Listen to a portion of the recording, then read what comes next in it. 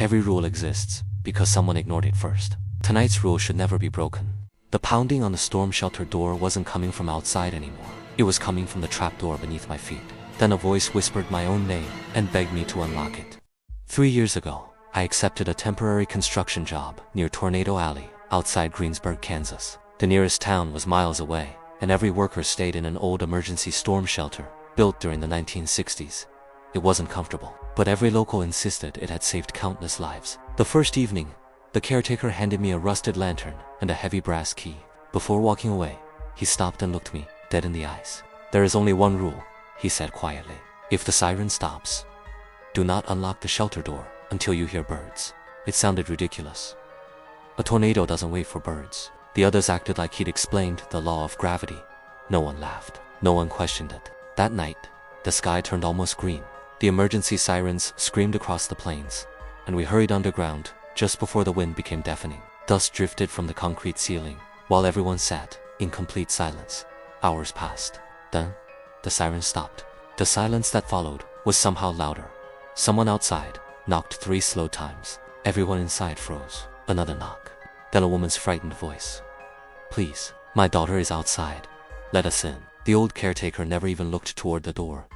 "That's not her." The crying continued. Then another voice joined it. A little boy. Then an elderly man.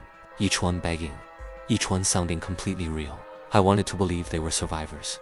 "If you were standing where I was, would you have followed the rule?" The youngest worker beside me stood up anyway.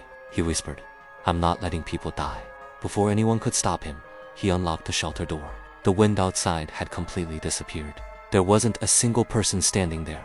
Only dozens of muddy footprints leading inside. The door slowly closed behind us on its own. Nobody spoke. The caretaker counted every person in the shelter. Then he counted again. "There are 11, he whispered. There were only 10. Every lantern flickered. Someone was breathing behind me. Slow, wet, dot, close enough to feel against my neck. When I turned around, everyone was still sitting exactly where they'd been, except one. The young worker who opened the door. He was smiling at the floor. His reflection in the puddle beneath him wasn't smiling back. It was staring directly at me. The caretaker ordered everyone to keep their eyes forward. "No matter what you hear, don't look behind you." Something shuffled around the walls. Concrete scraped. Fingernails dragged across metal. A voice that sounded exactly like my mother whispered my name and asked me to turn around. Would you trust that voice? I squeezed my eyes shut. The breathing moved from person to person until it stopped behind the smiling worker. Then came one loud crack. His smile disappeared. His body simply folded backward, far beyond what a human spine should allow. The trapdoor in the center of the shelter burst open. Cold air rushed upward, even though the shelter was underground. From the darkness below came dozens of familiar voices calling for help. They all belonged to people inside the room, one by one. The caretaker shouted for everyone to run. I reached the exit, but one hand grabbed my ankle from inside the trapdoor. When I looked down, I saw myself, covered in mud, smiling, holding tighter. Would curiosity win, or would you run? I kicked free and threw myself through the shelter door, just as the first birds began singing outside. Behind me, the shelter slammed shut. The tornado had never touched the town.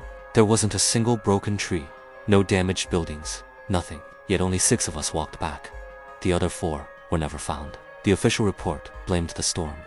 I know better, because every spring, when tornado season begins, emergency sirens make my phone vibrate, even when it's switched off, and every time they stop, I hear knocking. Months later, I searched old county records. That shelter had never been built as a storm shelter. In 1958, it was sealed after an excavation uncovered a buried chamber beneath it. The final construction log ended with one handwritten sentence. The rule isn't to keep people out. It's to stop whatever lives below from learning your voice.